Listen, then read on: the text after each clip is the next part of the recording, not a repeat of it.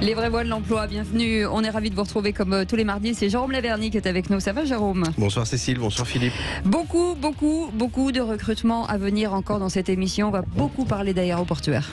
Un festival de recrutement, de perspectives dans ce secteur aéroportuaire et aérien, les deux étant cousins germains, qui a le bénéfice, le grand avantage de séduire énormément le public. Alors il va falloir dire les bonnes et les mauvaises raisons, qui ouvrent de belles perspectives et peut-être dire aussi quel est l'intérêt qu'il peut ressortir de ce passage dans le secteur aéroportuaire et aérien pour notamment nos jeunes publics, celui immanquablement d'une très grande exigence. C'est un secteur qui exige beaucoup en termes de compétences, en termes de savoir-être, comme beaucoup d'autres certes, mais avec des contraintes quand même qui sont assez soutenues. Et donc un passage de 2 ans, 3 ans, 5 ans, 10 ans dans ce secteur-là est déjà un gage de qualité hors aéroportuaire. Le président d'Aéroports de Paris disait en formulant des vœux une année qu'il vouait justement le souhait de rapprocher le secteur aéroportuaire des entreprises qui ne l'étaient pas, précisément parce qu'il y a des métiers qui sont à la confluence, et faire ce passage dans l'aérien, l'aéroportuaire, c'est un sacré passeport pour l'avenir. En tout cas, avec de belles entreprises. Allez, ce soir, au sommaire de cette émission, l'emploi aéroportuaire en plein envol au sein du groupe ADP. L'année dernière déjà, fin avril 2022, le groupe annonçait la perspective de 4000 recrutements. On reviendra ce soir sur la nature de ces recrutements, très nombreux en alternance, avec Laurent Gass, le directeur des ressources humaines du groupe ADP. Avia Partner, acteur majeur du secteur aéroportuaire, spécialisé en assistance au sol et logistique aéroportuaire, le groupe multiplie les annonces sur de nombreux aéroports français, à chaque fois de plusieurs dizaines de postes. Stéphane Den, directeur général de Avia Partner, sera avec nous. Et puis Safran, le boom du secteur de l'aérien avec les nombreuses innovations que le groupe Safran affichait au Salon du Bourget, et notamment l'ambition d'être le premier groupe à certifier un moteur électrique. Le recrutement est au cœur de leurs enjeux. On fera le point avec Lydie Jallier qui est avec nous, vice-présidente en charge du recrutement et du développement des ressources humaines. Le groupe SGS, le leader mondial du testing, de l'inspection et de la certification. Les métiers de l'aéronautique supposent une très haute technicité, comme ceux dont a la charge le groupe SGS. Mais là encore, de très nombreux recrutements, y compris en alternance, comme va nous les exposer Stéphane Châtelain, directeur commercial SGS France Industrie. Madame, messieurs, bonjour, bonsoir, tout de suite. Ce sont les vraies voix de l'emploi. Les vraies voix Sud Radio. Et on part directement avec le groupe ADP, avec Laurent Gass, DRH du groupe. Bonsoir, merci d'être avec nous. Bonsoir. Avec beaucoup de recrutement chez ADP. Déjà, ce qui était intéressant pour ceux qui ne connaissent pas, le peu de gens qui ne connaissent pas, parce que c'est quand même extrêmement connu, finalement les contours de ce groupe.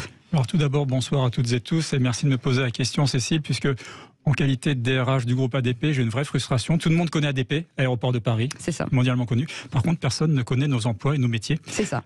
En quelques mots, ADP, qui est ADP? C'est 5 activités différentes. L'activité aéronautique, bien évidemment, les commerces, les services, l'immobilier, l'international développement et ce qu'on va appeler les autres métiers. C'est en France, plus de 5500 collaborateurs. En fait, ça représente 4% de l'ensemble du personnel qui travaille sur les plateformes aéroportuaires en France. Mais c'est un groupe également international, et ça c'est moi, qui gère en direct ou non 27 aéroports, qui est présent sur 120 aéroports également, et qui emploie en direct 26 000 collaborateurs. C'est ça le groupe ADP, c'est peu connu là-dessus. Oui, mais c'était bien de le dire. Allez-y, continue. C'est très fort en ingénierie ADP, notamment pour la conception des aéroports on va dire, clé en main, même s'il n'y a pas de clé de contact dans un avion. Et exactement, on est reconnu pour notre savoir-faire. D'ailleurs, c'est le premier groupe aéroportuaire mondial là-dessus. ADP, c'est également 300 fonctions dans 90 métiers différents et 10 filières différentes. Donc, on a des jobs chez ADP. On a des jobs, je dirais, pour s'éclater, puisqu'on a des mobilités internes. Et ça, c'est la vraie ADN de chez ADP là-dessus. Vous disiez tout à l'heure, Cécile, qu'on recrutait 4000 collaborateurs. Alors, c'est un peu moins vrai pour ADP lui-même, puisque l'année dernière, on a recruté 530 collaborateurs. Cette année, on a un plan de recrutement de 600. Mais par contre, effectivement, les 4000 emplois que vous citiez, c'était sur l'ensemble de nos partenaires situés sur les plateformes aéroportuaires parisiennes. Orly qui vous touche de près ou de loin, et qui nous touche de près, et effectivement, puisque ce sont des vrais partenaires. Et là-dessus, on avait mis à place une application qui concerne plus de 30 entreprises également, qui s'appelle AeroWork. J'en profite pour faire ma pub. Allez-y. Et AeroWork, c'est simple. C'est 45 € à chaque fois, donc vous inquiétez pas. Et AeroWork, c'est très simple. Il n'y a pas de CV, vous répondez à un petit questionnaire en 2 minutes et c'est l'emploi qui vient à vous. Donc on va vous dire très clairement sur quel emploi vous pouvez postuler. On va vous proposer des choses. Et si jamais votre profil ne convient pas, on va vous mettre en relation avec des partenaires publics pour vous permettre de décrocher d'un emploi dans le futur. AeroWork, c'est également une plateforme qui permet, je dirais, à la population locale de s'intéresser à notre emploi, de postuler et d'avoir un vrai parcours. Jérôme Laverny, pardon, je vous coupe. Jérôme Laverny, quand j'entends effectivement Aéroport de Paris, je ne sais pas si moi, ne faisant pas ce métier, je me serais dit, est-ce que moi, je suis capable d'aller dans un grand groupe comme ça? Et c'est ça qui est important, peut-être, c'est d'oser, parce que ces groupes recrutent vraiment. Oui, et c'est la méthodologie qui est importante pour nos jeunes auditeurs et même les moins jeunes, en fait, du point de vue et dans le prisme de l'orientation. En fait, il ne faut surtout pas se mettre des silos, des carcans. Et au moment de chercher soit une alternance, un stage, une orientation, une formation, un diplôme, eh bien, regardez ce type de groupe qui sont détenteurs, comme le groupe Safran, de très nombreuses familles de métiers pour y puiser, non pas la solution que l'on a présupposée, que l'on a imaginée et qui émane en fait de notre environnement amical, familial, social. Mais non, mais aller faire ses courses, se balader, voir quel type de métier. Et quand on a fait un certain nombre de choix, en ne se fermant pas, aller voir sur les réseaux sociaux quelles sont les personnes qui occupent ces postes-là. Aéroport de Paris, c'est une plateforme aéroportuaire qui monte en Europe puisqu'elle est dans le top 3, je crois, avec Londres et Francfort, c'est ça? Alors, de manière plus précise, on est la première plateforme européenne en termes de qualité de service. On est la 5e plateforme aéroportuaire par CDG au niveau mondial. On continue de grimper, effectivement, puisque notre président a mis comme priorité la qualité de service pour nos passagers et nos voyageurs, effectivement. Donc oui, on s'améliore. L'amélioration continue, c'est notre ADN. Il faut saluer aussi l'engagement territorial d'ADP sur un certain nombre d'initiatives de soutien d'associations. Vous avez aussi beaucoup de postes en apprentissage, beaucoup de postes en alternance. Effectivement, on a signé l'année dernière un accord GEPP, gestion des emplois et des parcours professionnels, avec comme objectif d'avoir au minimum 3% d'alternants chaque année. Et nous sommes déjà à 3,5%. Et ça croît également, c'est ça nos engagements également en termes sociétal. Paris gagné. En plus de ça, excusez-moi, on accueille, on a tout un programme d'accueil des jeunes stagiaires de 3e. Vous savez que c'est compliqué pour les jeunes de décrocher un stage d'une semaine dans une entreprise. Oh oui. On a mis ça en place avec les collectivités locales, avec les écoles, etc. On est vraiment une terre d'accueil. Voilà, exactement. Laurent Gasse, pour ceux qui nous écoutent et qui cherchent un boulot, quel type de métier on recherche? On recherche tous les métiers, bien évidemment. En priorité, actuellement, on a le pilotage de projets. On a énormément de projets. Attention, les micros, On a énormément de projets, on a besoin. On a également tout ce qui concerne la coordination et exploitation aéroportuaire, la finance, les gestions, ça c'est important. Également tout ce qui concerne les systèmes d'information, la cybersécurité, par exemple, qui monte aussi. Mais je dirais, on a également l'ensemble des autres métiers des autres entreprises. N'oublions pas que notre activité, on a des métiers communs à toutes les entreprises et on a des spécificités. Par contre, venir travailler sur une plateforme aéroportuaire, c'est l'assurance de ne jamais s'ennuyer et de voir toujours un environnement différent. Est-ce qu'on peut se former en interne ? Tout à fait. On a des gros programmes de formation en interne, puisqu'on dépense plus de 4 millions d'euros par an sur des coûts pédagogiques là-dessus. Donc oui, il y a des gros programmes de formation. C'est notre ADN également. On peut venir avec un, Philippe, on peut venir avec un CV léger. Vous pouvez venir avec un CV léger, on trouvera toujours quelque chose où vous mettre, où vous former si besoin. Voilà. Et également, c'est tout l'intérêt également d'avoir mis en place cette plateforme AeroWork, puisqu'on permet de diffuser également les candidatures sur l'ensemble de nos partenaires. Et ça, c'est génial. International et des gens du monde entier, Aéroport de Paris, tous les jours des 5 continents. Les langues, c'est essentiel pour être recruté. Vous pouvez faire par exemple la formation linguistique en formation continue. Les langues sont essentielles pour certains métiers, mais pas pour tous les métiers. Je ne fais pas partie de ces DRH qui vous demandent absolument un bac plus 5 avec 5 ans d'expérience ou 10 ans d'expérience et en parlant 3 langues. Tout dépend des métiers. Notons néanmoins que dans le secteur aéroportuaire, le niveau en anglais en France est à ce point préoccupant qu'il est un frein parfois à un certain nombre de recrutements. Il s'agirait peut-être que nos gouvernants se posent des petites questions sur la méthodologie à adopter depuis des décennies et qu'on revoie un petit peu la copie de ce côté-là parce que c'est un problème pour ce secteur. Mais c'est un vrai problème. Ouais, c'est un problème. Est-ce qu'on l'intérêt de rentrer dans un gros groupe comme Aéroport ADP, est-ce qu'on peut évoluer à l'intérieur du groupe ? Tout à fait, je vous parlais de 11 filières tout à l'heure, et là encore, en partenariat avec nos partenaires sociaux et dans le cadre de notre accord gestion des emplois et des parcours professionnels, on a tout un système qui est en train d'être mis en place justement pour donner de la visibilité, de la lisibilité sur les carrières à nos collaborateurs. Mais je vais vous donner un simple chiffre l'année dernière, 800 mobilités, donc 400 promotions. Et voilà, et pour recruter... Sur un effectif de 5500 collaborateurs. ADP.fr pour aller poser son CV. Exactement. Vous restez avec nous, Laurent Gasse, on revient dans quelques instants. On va rester dans ce secteur d'activité, on n'en sera pas loin. Pendant toute l'émission, on y sera. Vous aimez. C'est une émission dont on est sûr qu'elle va voler haut. Oui. Bon, voilà, ça c'est fait. La vanne, j'avais rayé celle-ci, vous ne deviez pas la faire, Philippe. Allez, il faut rester avec nous, on reste ensemble jusqu'à 20h. Sud Radio, les vraies voix qui font bouger la France, 19h-20h, les vraies voix de l'emploi, Jérôme Laverny. On est ravis de vous retrouver avec une spéciale aviation aéroportuaire. Si vous aimez en tout cas vous envoler peut-être, voilà, et gérer du personnel et gérer des gens et rentrer en connexion, c'est le moment en tout cas de nous écouter. Si vous avez des questions, vous pouvez nous appeler au 0826 300 300. Petit tour d'horizon avec vous, Jérôme Laverny. C'est un secteur qui est très dynamique et qui recrute énormément. Et qui, encore une fois, attire beaucoup de candidats, notamment les jeunes. Il faut peut-être rappeler, et je me permets cette liberté, que c'est un secteur qui, quand même, comporte un certain nombre de, non pas d'inconvénients, mais de contraintes. Les horaires décalés, parfois des contrats qui vont être saisonniers. Il ne faut pas l'ignorer, parce qu'on voit trop de gens s'engouffrer par cette séduction qui s'opère un petit peu dans les esprits.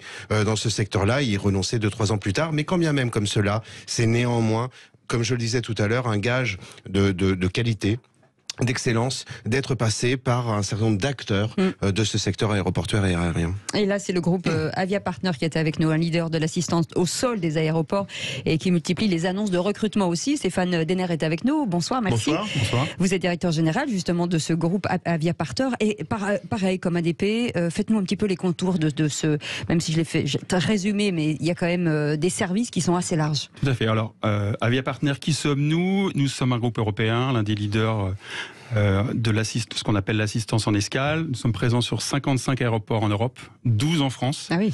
En Europe, nous employons 12 000 personnes et environ 3 000 personnes sur le réseau français. C'est un groupe qui a quel âge ? C'est un groupe qui est né après la guerre, qui est d'origine belge et qui aujourd'hui est présent dans 6 pays. Alors, que faisons-nous ?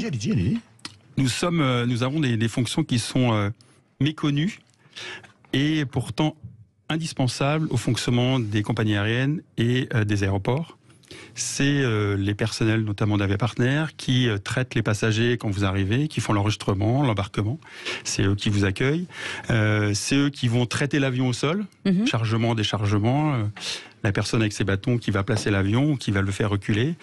C'est aussi les personnels d'assistance en escale ou d'Avia Partner qui vont faire ce qu'on appelle les centrages de l'avion en fonction du poids et qui vont répartir les différents poids dans l'avion de manière à ce que les opérations soient safe et qu'on puisse décoller en toute sécurité. Ce sont des métiers très qualifiés et très réglementés aussi, parce que là, on est sur des zones sensibles au pied des avions. Alors, ce sont des métiers très réglementés. Nous dépendons de la réglementation IATA, donc qui coordonne C'est l'Association internationale du transport aérien. Tout à fait, qui coordonne toute la réglementation propre à nos métiers.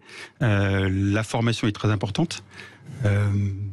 Avia Partner dispense par an environ 150 000 heures de formation, qui sont des formations et techniques et réglementaires. En interne ? En interne, et techniques et réglementaires, et propres aux compagnies aériennes. Celles de British Airways peuvent être légèrement différentes de celles de Lufthansa ou de Ryanair, par exemple. Chaque compagnie a ses spécificités. Est-ce que quand on est agent d'accueil chez vous, on peut devenir agent de piste, par exemple ? Alors, tout à fait. C'est assez rare, mais effectivement, on peut aujourd'hui... C'est un exemple.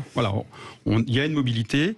Et à l'instar de ce qui peut se passer chez ADP, il y a des promotions internes qui sont assez importantes et vous pouvez commencer comme simple agent d'escale à enregistrer des passagers et d'être demain chef de service en gérant une centaine de personnes. Gérer les bagages, gérer les passagers, vous êtes sur Sud Radio, la radio du rugby. Dans un peu plus de 70 jours, il y a le début de la Coupe du Monde de rugby, qu'on espère qu'on va gagner d'ailleurs. Est-ce que vous allez avoir beaucoup de recrutement ? Parce qu'il y a des milliers de supporters qui vont venir, mais même du bout du monde, de Nouvelle-Zélande ou d'Australie. Alors, le groupe Aéroport Partenaires a la chance d'être présent sur 11 des 12 aéroports qui vont accueillir les 48 matchs, je crois, sur le mois et demi de la compétition. Joyeux Noël. Voilà.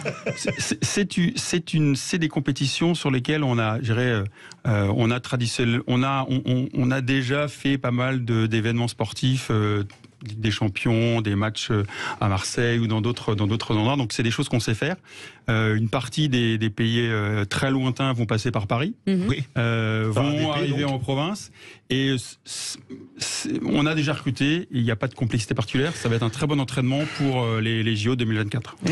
Vous mettez en place dans le cadre de certains recrutements des contrats de professionnalisation qui, rappelons-le pour nos auditeurs, sont des contrats d'alternance ouverts à un public quel que soit l'âge. Du reste, petite parenthèse, il serait précieux, on l'a dit de multiples fois à cette antenne, que le gouvernement étende les aides assorties au contrat d'alternance au-delà de ceux d'apprentissage, mais au contrat de professionnalisation, car c'est le besoin des entreprises et du public. Donc ces contrats de professionnalisation constituent un tiercé gagnant, parce que la formation pour vos candidats est gratuite, ils sont rémunérés, et cette formation est un marchepied, un préambule pour l'intégration au sein de vos équipes. Tout à fait. Cette année, depuis le début janvier, on a recruté plus de 900 personnes sur le groupe Aéroport Partenaires en France, dont 300 contrats pro, qui sont répartis sur les différentes plateformes en province et à Paris. Et effectivement, c'est un marchepied formidable, puisque la personne peut se familiariser, prendre connaissance des contraintes dont vous parliez et des différents processus propres à la gestion des avions et des passagers.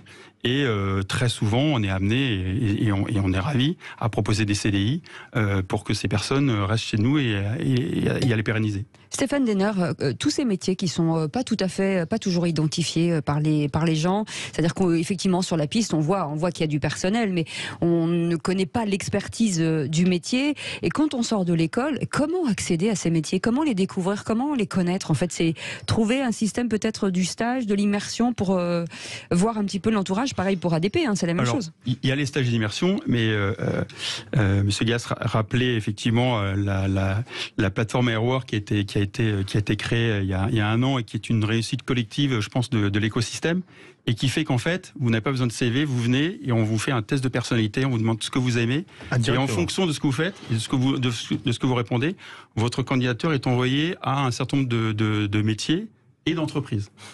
Et il y a eu 16 000 candidatures sur Airwork, il y a 500 recrutements déjà, et il y a 900 personnes en parcours de recrutement. Donc c'est quelque chose qui est... Et des taux de réussite importants. Sur des taux de réussite, il y a des prérequis. Enfin, même s'il y en a deux, c'est toujours de la réussite. Il faut avoir le permis de conduire, par exemple. Pour venir ou pour conduire en piste, il faut savoir parler pour accueillir des passagers. Il faut avoir un casier judiciaire vierge. Oui, ça a vu le... Il faut être français dans la quasi-totalité des cas. Donc, il y a certains prérequis. Mais ça permet de connaître un certain nombre de métiers qui étaient effectivement méconnus et sur lesquels les candidats, même s'ils n'ont pas réussi la première fois, peuvent être réorientés. Et on s'appuie aussi sur les services publics de l'emploi. Mais entre Laurent Gass, et vous, on en parle souvent avec Jérôme Laverny, le savoir-être est primordial dans ces métiers-là. Oui. Ce sont des métiers d'hospitalité. Oui, c'est ça. Il y a l'avant, effectivement, ces prérequis qui sont demandés par les entreprises, et puis il y a l'après. C'est précieux de le dire à ce micro ce soir. Un agent d'escale, par exemple, peut très bien imaginer, parce que n'ayant pas de contrainte familiale, de pouvoir effectuer cette mission, même avec des horaires décalés, et basculer sur de l'hôtellerie, sur des postes de réceptionniste, avec des horaires permettant là, pour le coup, une vie familiale un peu plus aisée, un peu plus commode. On s'adapte. Ouais. Et pour postuler chez SGS? Alors, j'ai anticipé Avia Partner. C'est assez simple. On vous demandera après. M'apprendra à pas lire mes notes. Aviapartner.com, il y a un onglet job, et après, en fonction de l'endroit où vous souhaitez postuler, puisqu'on est présent sur beaucoup de plateformes en France, vous cliquez, il y a une adresse spécifique. Et on va donner votre numéro de portable 06. Non, je présente. Allez, vous restez avec nous, on fait une petite pause, on revient dans un instant. Vous parliez de SGS, on va en parler dans quelques instants, bien entendu, et puis on a plein de propositions de métiers encore différents à vous proposer. On revient dans un instant. On est avec nos amis Jérôme Laverny et Philippe David jusqu'à 20h. Bienvenue et merci de votre fidélité à Sud Radio. Sud Radio, les vraies voix qui font bouger la France, 19h-20h, les vraies voix de l'emploi. Jérôme Laverny. On vous fait voyager ce soir dans les vraies voies d'emploi, découvrir des métiers que vous connaissez, bien entendu. Enfin, en tout cas, vous connaissez la technique puisque vous êtes allé dans des avions. Pour ceux qui ont eu la chance, vous avez croisé des gens à l'aéroport et vous avez vu plein de métiers, ça grouille dans tous les sens. Et ben, chaque métier a une expertise claire. Jérôme Laverny, et il y a forcément un métier pour vous. Et alors là, attention, on rentre dans un univers absolument génial, celui de l'aéronautique, pour intégrer un groupe lui-même génial, non pas tant seulement sur le seul territoire français, mais sur le monde, à l'international. Et d'ailleurs, quand on parle du territoire français, on a l'impression parfois que de grands groupes comme ça, s'installent exclusivement dans de grandes zones urbaines. Non, il y a des recrutements à Issoudun. Alors, je n'ai rien contre Issoudun, bien sûr. Hein. C'est pas loin de chez vous, c'est vous les Creusois. C'est beaucoup moins peuplé que la Creuse. Enfin voilà, c'est aussi ça, un grand groupe international. Et bien, en tout cas, ils étaient au Salon du Bourget. Le secteur de l'aérien, de l'aéronautique était majoritairement représenté, forcément. Lydie Gélier est avec nous. Bonsoir, merci d'être en direct avec nous, vice-présidente du groupe Safran, en charge du recrutement et du développement des ressources humaines. J'aimerais bien voir la taille de votre carte de visite, tellement le nom est long. C'est à peu près la taille d'un réacteur. C'est ça. Et c'est ça. Et c'est pareil, chez vous, forcément, c'est un métier. En plus, ça a été un peu la quinzaine. Là, on a parlé que de ça ces derniers temps. Non, on a pris un vrai plaisir. C'était une vraie célébration. Ça faisait 4 ans qu'on s'était pas retrouvés. On avait passé des moments assez difficiles, hein. C'est quand même assez bizarre. On parlait d'ADP tout à l'heure, mais voir les avions au sol, ça a été pour nous un vrai choc. Donc là, on était vraiment, oui, voilà, une vraie tristesse. Je pense que l'objectif de l'aéronautique, c'est de connecter les gens, de faire en sorte que le monde nous appartienne. Et finalement, c'est aussi ça la raison d'être de l'aéronautique et ce qui fait rêver les jeunes et ce qui nous fait rêver aussi à l'intérieur, nos ingénieurs. Donc ça, c'était une vraie fête. Je pense que c'était ce qu'on retient de ce Bourget. On était heureux de se retrouver. Ça a été la grande fête pour Safran parce que je vais prendre un seul contrat Indigo, 500 avions à 320 Neo. Et c'est des réacteurs Safran fabriqués en France, des LEAP-X. Là, vous allez certainement devoir créer des postes. Alors oui, beaucoup de postes. Parce que 500 avions, ça fait 1000 réacteurs. Hein. Oui, on va tenir ces engagements vis-à-vis de nos clients. On est très heureux. Évidemment, pour Safran, ça veut dire donc beaucoup de recrutement. Beaucoup de recrutement à l'échelle du monde, on le mentionnait avant. Donc Safran a une empreinte internationale, est très ancrée en France, évidemment. La moitié de ses effectifs, c'est 83 000 salariés aujourd'hui. La moitié est en France, à peu près 43 000. On va continuer à croître en France, évidemment. 17 000 l'année dernière. Cette année, on en prévoit 12 000. Je pense qu'on sera plutôt autour des 14, voire peut-être 15 000. Donc, une vraie dynamique à l'échelle mondiale, à l'échelle française aussi. Donc, 4 500 recrutements. Là aussi, on pousse, on met plein gaz. Donc, on devrait arriver à peu près, bien vos expressions. Oui, à 6 000, je pense, en fin d'année, avec à peu près 3 000 ingénieurs et cadres, mais pas que. En fait, on parlait tout à l'heure de diversité, mais en fait, nos entreprises, je pense, permettent tout un panel d'opportunités. On va avoir besoin de chaudronniers, de peintres, de monteurs, d'ajusteurs. On va aussi avoir besoin d'ingénieurs data, de data scientists. On a engagé des vraies transformations. On a pris des engagements en termes de décarbonation qui nous permettent aussi de faire entrer des nouveaux métiers. Je pense à des responsables énergie. On réfléchit vraiment à notre impact sur toute la chaîne de valeur et donc ça crée aussi de nouveaux emplois dans l'entreprise Safran. Et c'est vrai que pour nous, c'est un challenge.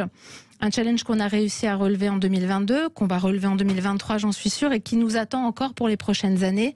Donc, décarboner l'aviation, ça veut dire des investissements dans la R&D, donc de continuer à aller chercher des ingénieurs pour nos bureaux d'études. Donc, ça peut être des mécaniciens, des électroniciens, des procédés matériaux. Donc, on a toujours ces métiers dans l'entreprise et on en a d'autres aussi. Vous parliez d'Issoudun, des sièges, par exemple. Parce que c'est ça qui est intéressant aussi de se dire où.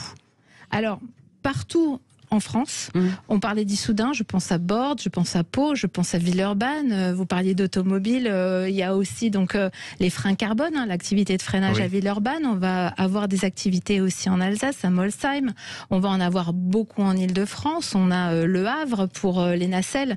Donc vous avez sur les moteurs, les équipements, mais aussi sur la partie intérieure d'avion, l'ensemble des activités qui sont représentées sur l'ensemble des bassins d'emploi en France. Est-ce que des groupes comme Safran, comme ADP ou comme celui juste d'avant, pardon, vous allez me le dire. Avia Partners. Avia Partners, exactement. Est-ce que vous aidez à faciliter l'arrivée, par exemple, ce sont des Parisiens qui doivent aller en région, est-ce que vous les aidez? Est-ce qu'aujourd'hui, la dimension d'un groupe, c'est de se dire on a envie de recruter, mais on ne fait pas que recruter, c'est-dire qu'on crée autour un écosystème. Aujourd'hui, on crée un écosystème, on facilite la mobilité, on va faciliter l'accès au logement, on va aussi promouvoir les métiers et faciliter en interne comme en externe ces opportunités. Pourquoi? Parce que là aussi, il y a une volonté de diversifier les parcours, il y a une volonté de proposer plusieurs vies au sein de l'entreprise.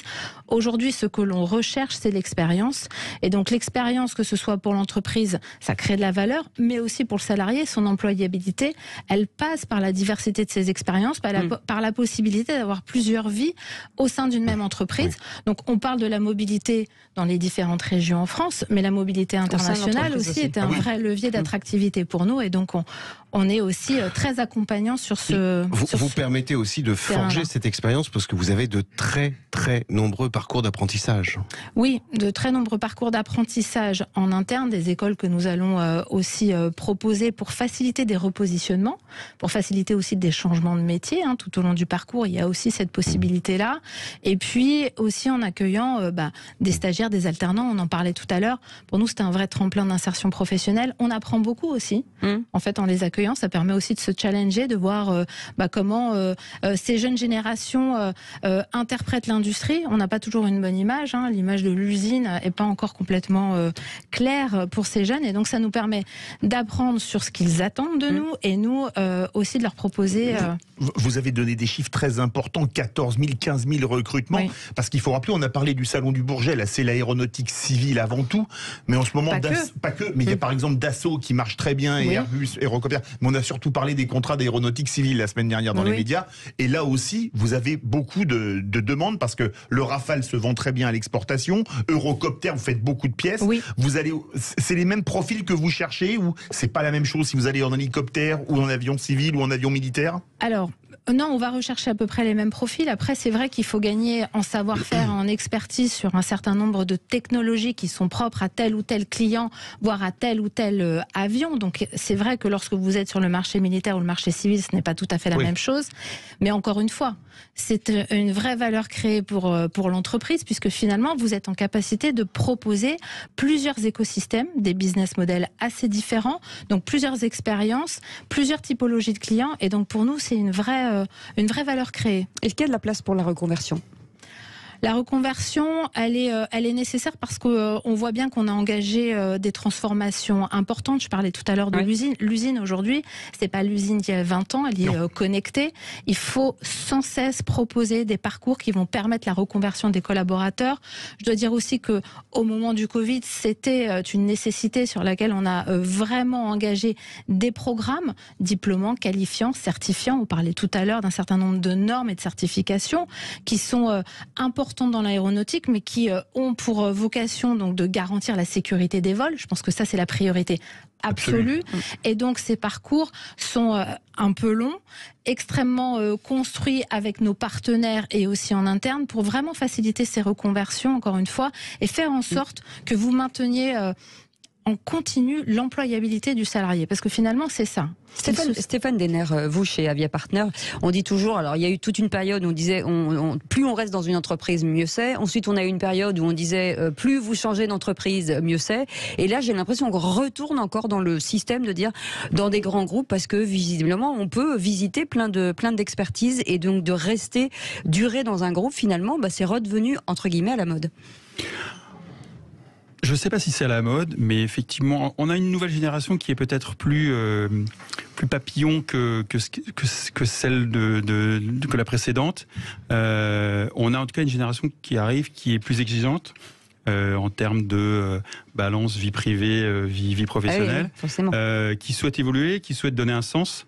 Le Covid a changé beaucoup de choses sur ce sujet. Il y a une approche de l'effort qui est peut-être différente. Le Covid, on ne dit rien. C'est quoi?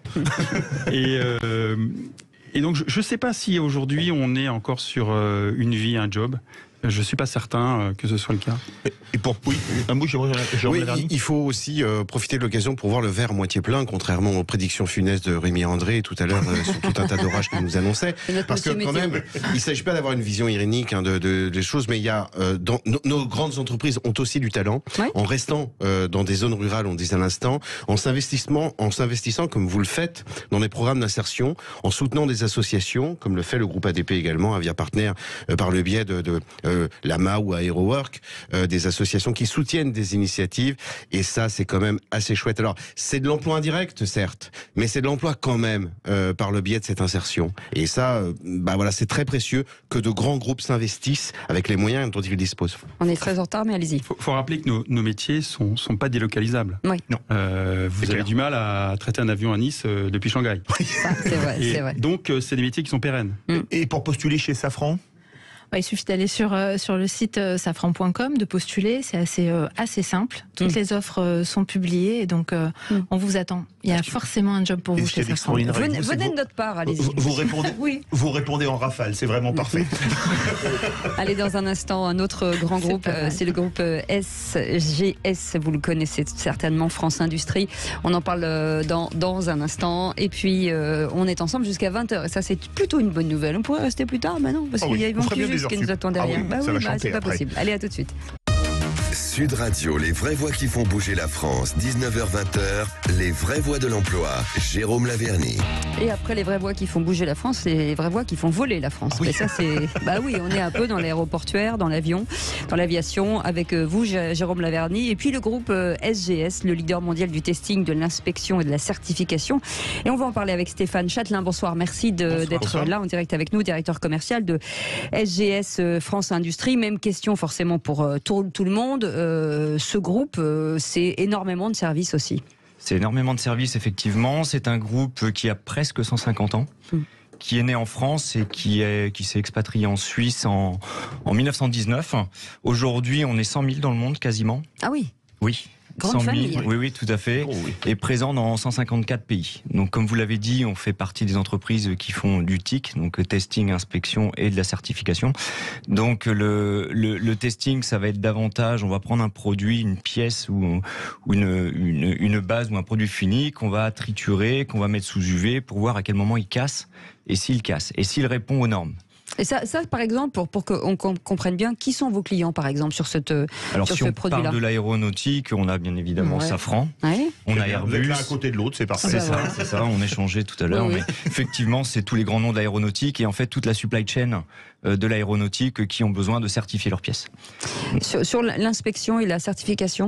Alors l'inspection, je vais parler purement de nos métiers qui vont être les métiers du contrôle non destructif. Alors ça c'est intéressant, parce que je voulais vous en parler. Alors ça c'est très intéressant.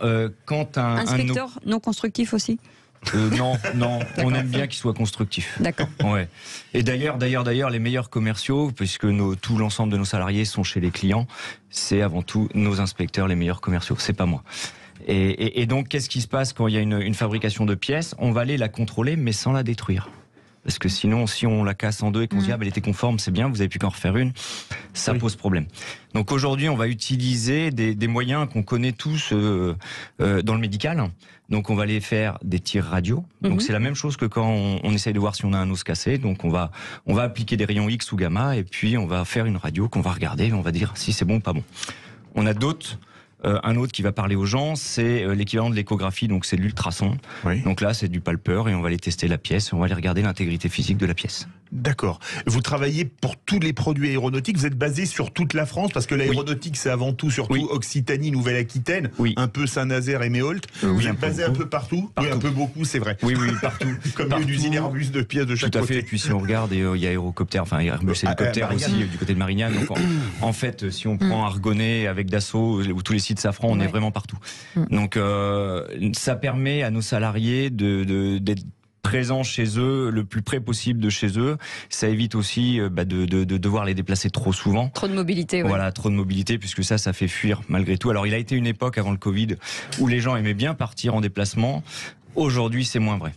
Jérôme Laverny. Alors là, le poste est absolument passionnant. Il s'agit donc bien d'inspecteur en contrôle non destructif, je suis obligé de lire, spécialisé en aéronautique. Oui. On comprend bien qu'un jeune ne peut pas avoir l'esprit ce métier-là, c'est juste impossible, sauf à disposer dans son environnement familial et amical de quelqu'un qui exerce ce métier-là. C'est dire le trou dans la raquette qu'il y a dans l'emploi, dans ce manque d'orientation qui existe en France, et c'est dire combien votre travail de communication, et cette émission qui est sans doute la meilleure émission du monde, on en doute sans doute. On n'en doute pas. Voilà. Et cette communication est précieuse parce qu'elle permet, quand on n'a pas l'entre-soi, de pouvoir se dire mais qu'est-ce que c'est que ce métier-là ? Au moins d'éveiller cette curiosité qui va permettre d'aller voir. Et j'invite nos auditeurs à aller papillonner dans les sites de recrutement des entreprises, d'aller relever le nom, d'aller fouiller, de faire un véritable travail de recherche. C'est vraiment fondamental pour s'éclairer tout un tas d'horizons qu'on ne peut pas imaginer, sauf à les connaître par un proche. Petite information, quand on regarde sur LinkedIn, et ce qui m'arrive assez souvent, parce que LinkedIn, même si vous ne cherchez pas de travail, on vous en propose, ce qui est ça qui est bien, c'est que souvent on ne comprend pas toujours les fiches de poste. C'est-à-dire que pour les gens qui se disent, en fait, on ne comprend pas, parce que c'est de l'entre-soi, et il faudrait vulgariser certaines propositions. Tout à fait, donc on essaye de faire ce travail-là, parce qu'à la base, c'est un métier où il faut être très rigoureux. On a l'habitude de dire quand on vient de certifier un moteur Safran qu'on signe avec son sang, c'est un peu ça. Oui. Notamment dans les catégories MRO. Alors MRO, c'est maintenance, repair and overhaul. D'accord. C'est-à-dire que s'il y a un avion qui est coincé quelque part dans un aéroport, sur un aéroport partout dans le monde, nous on envoie des équipes au coup de sifflet qui vont traverser la terre entière et qui vont venir contrôler les aubes, en l'occurrence avec Safran par exemple, et qui vont dire la pièce est conforme, l'avion va pouvoir revoler. Et en lisant votre site web, vous travaillez également, on en a beaucoup parlé au moment du Salon du Bourget, sur les carburants de synthèse, c'est ça ? Oui, alors sur l'analyse des carburants de synthèse, parce qu'on a des labos qui sont présents un peu partout en France, notamment dans la région du Havre, où là, ils travaillent pour regarder la qualité, voir comment on peut améliorer, voir comment elle est composée. Enfin, c'est des travaux très très particuliers avec des chimistes, avec des gens qui connaissent le métier. Beaucoup de recrutement d'alternants aussi. Hein. Oui, l'alternance, pourquoi ? Parce que c'est des métiers qui ne sont pas connus, qui sont très longs à former. Alors, on va dire que la partie théorique, c'est, on va dire, un mois. Par contre, on est obligé de les compagnonner pendant 1 an avant de pouvoir les amener à la certification individuelle. Et avec une école en interne, forcément. Oui, la SGS Academy, bien évidemment, et qui est présent à Orsay, entre autres. Mais on est capable de faire des formations en intra chez nos clients. Donc ça, c'est intéressant aussi, puisqu'on apporte nos formateurs chez les clients pour les former au métier du CND. Et pour postuler chez SGS, pardon ? Vous en avez parlé tout à l'heure, c'est sgs.com. Oui, parce que j'ai posé la question. C'est ça. sgs.com. sgs.com, c'est bien ça. Parce que vous aviez répondu par la question, je ne sais pas destiné. Pour ceux qui veulent, s'abonnent à SGS et en fait, on postule, on publie régulièrement des annonces, n'hésitez pas à postuler. Il y a mes coordonnées aussi qui doivent circuler et je ferai le nécessaire. Merci beaucoup, en tout cas. Merci beaucoup, Laurent Gasse, DRH du groupe ADP Aéroport de Paris. Merci beaucoup, Stéphane Denner, directeur général de Avia Partner. Merci beaucoup, Lydie Jallier, vice-présidente en charge du recrutement et du développement des ressources humaines. Merci beaucoup, Stéphane Châtelain, directeur commercial SCG France Industrie. Merci, Jérôme Laverny. Encore une belle émission. On a découvert des métiers et finalement des filières qui ne demandent qu'à effectivement recruter du monde. Avec à la clé de très très belles perspectives. Ouais, et beaucoup d'emplois. Merci beaucoup, Félix. Merci beaucoup, Cécile. Pas du tout. Félix. On se retrouve demain. On se retrouve demain. À 17h. Ça vous va bien, Félix? Bon, ça me va bien. Le 4. Il mange tout le temps.